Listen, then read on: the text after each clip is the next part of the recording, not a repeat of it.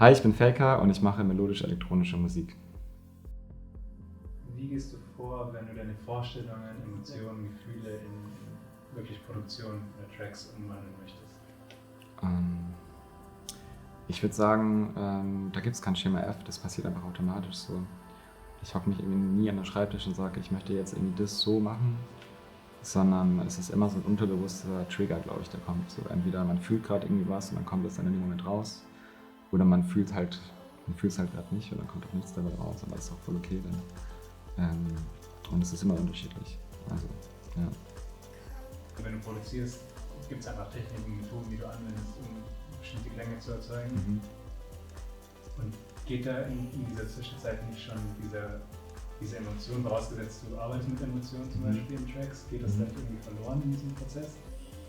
Oder wie? Dass der Kerngedanke so verloren geht irgendwie. Ja, oder dieses Gefühl für einen Track. Das ist zu Ja. romantisch gedacht vielleicht auch. Nee, ist schon so. Also ich würde schon sagen, dass die Zeit am Anfang am intensivsten ist, wenn man einen neuen Track produziert. Gerade so dieses, man fügt 2 Spuren zusammen und erkennt so 1 + 1 ist mehr als 2. Das löst schon so eine krasse Motivation in einem aus oder so eine Neugier irgendwie. Oder man ist so voll happy, dass man einfach in kurzer Zeit jetzt krass so einen Vibe irgendwie created hat. So. Ich würde sagen, je mehr man anfängt sich zu verkrampfen, desto mehr geht dieses Gefühl verloren leider. Und es ist halt oft so, dass man einfach sich am Ende ein bisschen abstruggelt, dabei den Track fertig zu machen. Obwohl man so schnell auf die Idee gekommen ist. Also ich glaube, den Struggle kennt viele Musiker, so einen Track fertig zu machen. Eigentlich würde man den ganzen Tag am liebsten neue Tracks anfangen. Aber man muss einfach so versuchen, einfach in diesen ursprünglichen State zurückzukommen. Ein bisschen halt einfach wie so ein Kind auf dem Spielplatz, so einfach nicht zu viel nachdenken, einfach machen. So. Voll. Hast du Rituale als Musiker oder bestimmte Gewohnheiten? Ich habe vorhin über diese Frage nachgedacht, welche Rituale ich habe. Und im ersten Moment ist mir nichts eingefallen tatsächlich, weil vieles so unterbewusst abläuft. Das ist ja so im Prinzip so gewöhnliche Sachen, die man im Alltag so macht. Und eins davon ist zum Beispiel, dass ich immer, wenn ich eine Demo fertig habe, mir einfach ein Bild dazu überlege. Einfach so einen kurzen Mood-Vibe sozusagen, mir online aus verschiedenen Libraries oder auch teilweise Bilder, die ich selber gemacht habe, zusammensuche und dieser Demo direkt dieses Bild, diesen Vibe einfach so als Cover zuweise. Und dann lade ich das auf Soundcloud privat hoch so. Und ich habe halt direkt so eine Assoziation einfach. Meine Tracks heißen dann immer X200 zum Beispiel und für jede Demo, die ich mache, gibt es einfach eine neue Nummer so. Was ja erstmal so ein bisschen nichtssagend ist, aber halt voll gut, um sich selbst zu organisieren. Aber dieses Bild, ich gucke das einmal an und weiß direkt sofort, welcher Song das ist, weil es einfach direkt so der allererste Vibe so aus meinem Bauchgefühl ist, den ich mir so einspeichere. So. Ja, cool. Das ist vielleicht so ein Ritual. Das ist cool. Ja. Was sind die größten Challenges, wenn man von seiner Kunst oder Musik leben möchte? Und wie gehst du mit den Challenges um? Also ich würde auf jeden Fall sagen, dass Druck eine Challenge ist. Druck, den man sich selbst macht und den man von außen spürt. Und da muss man halt lernen, das ein Stück weit auch irgendwie ernst zu nehmen, aber auch trotzdem so ein bisschen zu ignorieren und einfach sein zu lassen und sich einfach so auf die Kunst fokussieren zu können. Also es hat auch viel mit diesem Balance im Leben, also mit dieser Balance einfach zu tun. So. Und ja, was mir hilft, ist einfach so Ausgleich im Alltag irgendwie. Also sei es halt Sport oder Meditation oder einfach irgendwie draußen am See sein, chillen, mal für eine Zeit lang an was anderes denken. So. Und vor allem einfach das Leben nicht so ernst zu nehmen, glaube ich, das hilft dir auch. Wie schaffst du die Balance zwischen Marketing und Kunst? Die Balance zwischen Marketing und Kunst. Also ich finde, da muss man so ein bisschen gucken, dass man das kreative Ich und das Business-Ich irgendwie erstmal aufsplitten kann und dass man weiß, in welchem Mode man jeweils ist. Wenn ich kreativ sein will, dann versuche ich das ganze Business, diese ganze Welt zu vergessen. Einfach alles flowen zu lassen, mich so ein bisschen wie so ein Kind zu fühlen, was auf dem Spielplatz einfach so neue Sachen entdeckt. Und dann ist aber auch wichtig, irgendwie aus diesem Modus auch mal manchmal rauszukommen. Vielleicht, wenn ein Track zum Beispiel fertig ist und man ist dann so, okay, was mache ich damit? Und auch so ein bisschen so diesen Gesamtkontext zu sehen, irgendwie, ja, hier ist das Business, ich muss damit umgehen. Dann kommen halt so Sachen auf, wie zum Beispiel so, kürze ich jetzt meinen Track gerade um 30 Sekunden im Intro, weil das dann erfolgreicher vielleicht wird für Playlisten oder so. Und dann ist es halt wichtig, einfach sich selbst immer treu zu bleiben. So, aber trotzdem im Hintergrund zu sagen, okay, ich kann mir vorstellen, den Track so und so vielleicht ein bisschen zu verändern und dann fühle ich ihn immer noch so, aber er passt halt ein bisschen besser in diese Business-Musikwelt rein so, oder geht vielleicht noch ein bisschen steiler. Und sowas kann ich mir vorstellen, habe ich auch schon ein paar Mal gemacht, so ganz leichte Anpassungen und so. Aber im Großen und Ganzen ist eigentlich das Wichtigste, dass man es halt fühlt und einfach, dass man immer die Musik release, die man fühlt, weil wenn das irgendwann nicht der Fall ist, dann ist es so der Anfang vom Ende, dann ist man nur so eine Marionette irgendwie, die irgendwas macht, was andere Leute hören wollen. So. Aber da würde ich keine Motivation mehr fühlen, meine eigene Karriere voranzubringen, weil ich nicht mehr dahinter stehe. So. Verständlich. Welche Reise war deine bisher schönste als Musiker, also im Rahmen von Musik? Meine schönste Reise bisher war wahrscheinlich meine Japan-Reise jetzt im März. Ich hatte einen Auftritt in Tokio und hatte schon voll lange geplant, mal nach Japan zu reisen. Also die Anfrage kam super plötzlich und ich war danach noch 2 Wochen am Reisen so und habe mich einfach komplett eintauchen lassen. War auch ein bisschen überfordert teilweise von den vielen Eindrücken und habe das auch alles erst daheim verarbeitet, als ich zu Hause war. Aber es ist schon ein sehr, sehr spirituelles Land und super facettenreich und kann ich auf jeden Fall empfehlen. Gab es so einen Moment, den du speziell in Erinnerung behältst oder eine Sache, die du gesehen hast? Ich war einmal im Wald in so einem sehr traditionellen Gebäude, wo ich mir eine Nacht gebucht habe, weil ich unbedingt mal so wohnen wollte für einen Tag wie früher die Japaner so.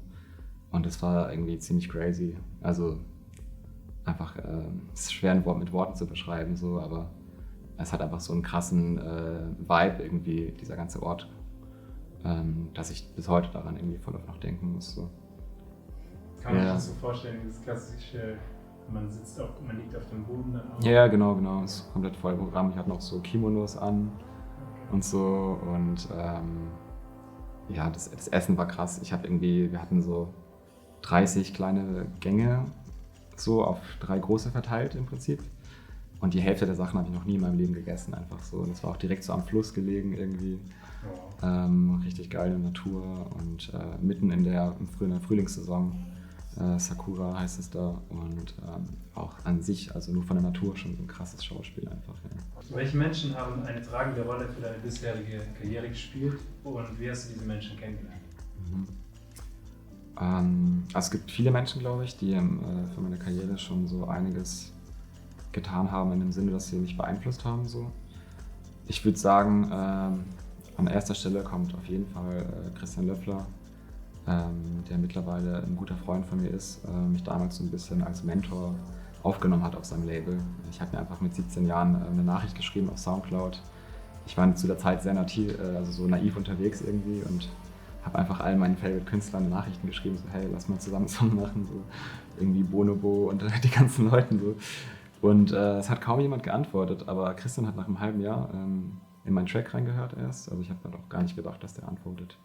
Habe mich direkt auf sein Label eingeladen und dann habe ich eine EP released, ein Album hinterher und wir wollen so langsam aber sicher einfach irgendwie auch Freunde so und weil ich oft für ihn Support gespielt habe, wir auch soundtechnisch gut zusammenpassen.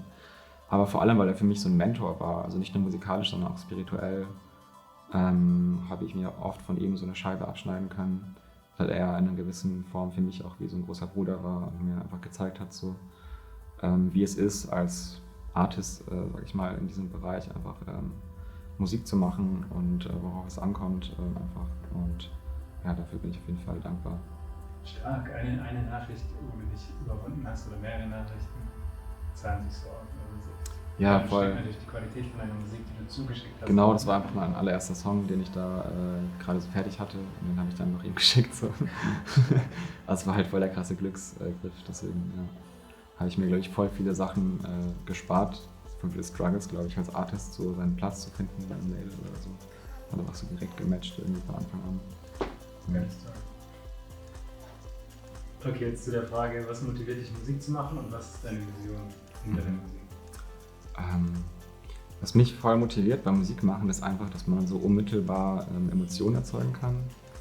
Ich finde, das ist bei so einer Kunstform, die noch so diesen Audioaspekt hat, einfach so krass intensiv, schnell einfach. Also man fügt einfach nur 1, 2 Sachen zusammen und plötzlich merkt man so, wow krass, das ergibt irgendwie mehr. So, das löst was aus in mir, irgendwie Erinnerungen werden getriggert oder neue Gefühle, die man davor nicht hatte. Und das ist so eine crazy Euphorie einfach so, die jeder, glaube ich, der Musik macht, mal hatte, so, dass man einfach random irgendwas rumdrückt und plötzlich ist so, okay, wait a second, so, das klingt geil. Und das ist so eine geile Motivation auf jeden Fall. Einfach so dieses Gefühl zu spreaden, dann im Nachhinein auch mit anderen Leuten zu teilen und zu merken, was dann zurückkommt. So, ja. Und was ist deine Vision oder auch was denkst du, wie wird sich deine Musik in den nächsten Jahren weiterentwickeln? Meine Vision musikalisch, also ich mache mir da relativ viel Gedanken tatsächlich, manchmal auch zu viel.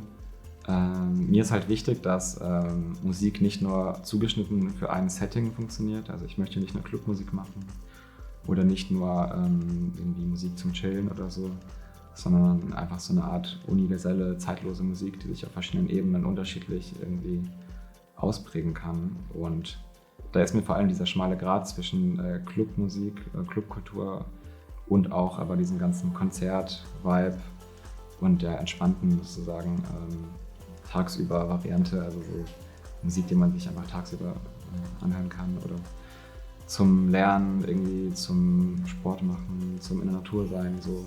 Also diese Seite will ich einfach nicht vernachlässigen. Und ich glaube, beides zusammen in so einer perfekten Balance ist so für mich, glaube ich, meine Vision. Und dann halt noch mit visueller Kunst, weil ich ja gerne Filme fotografiere und meine Musikvideos selbst mache. Dass ich da noch meine künstlerische, visuelle Version halt mit der Musik so auf einen Nenner bringen kann. Das ist dann auf jeden Fall ein geiles Gefühl, wenn man es schafft. Welchen Ratschlag würdest du einem oder einer anderen DJ oder Producer geben, der vielleicht gerade noch nicht von seiner Kunst leben kann, beispielsweise auf dem Weg dahin ist? Ja. Also auf jeden Fall muss man erstmal verstehen, dass jeder irgendwo mal angefangen hat. Wenn man das irgendwann versteht, dann kann man sich selbst auch Druck rausnehmen. Und dann ist es einfach wichtig, Spaß zu haben beim Musikmachen, Dinge auszuprobieren, nicht jedem Trend hinterher zu laufen, sondern eher zu gucken, was habe ich, was andere nicht haben und manchmal aus Schwächen auch Stärken zu machen. Ich habe zum Beispiel mal angefangen mit Piano-Sounds, aber ich habe keine Musiktheorie, ich habe keinen Plan von Musiktheorie. Und dann habe ich angefangen, Piano-Sounds einfach zu loopen, so in verschiedenen Loops. Und habe dadurch irgendwie auch meinen eigenen Musikstyle kreiert. So, ne? Und ich dachte am Anfang so, das ist eine Schwäche von mir und im Endeffekt war es eine Stärke, weil dadurch mein eigener Musikstil sich daraus etabliert hat. So. Und was ich auf jeden Fall auch sagen kann, ist eben, dass man halt voll Spaß macht und sich einfach nicht zu viel Druck machen sollte und einfach random neue Sachen auszuprobieren. Ich hatte zum Beispiel mal mit meiner Mitbewohnerin in der Corona-Zeit, ich habe sie random gefragt, ob sie Lust hat, Musik zu machen, weil ich in ihren Instagram-Stories gesehen habe, dass sie singt, aber sie hat davor noch nie selbst was aufgenommen. Und dann sind wir einfach spontan ins Studio gegangen, haben Tracks aufgenommen und ja, es war auf jeden Fall auch sehr nice, einfach mal was Neues so auszuprobieren.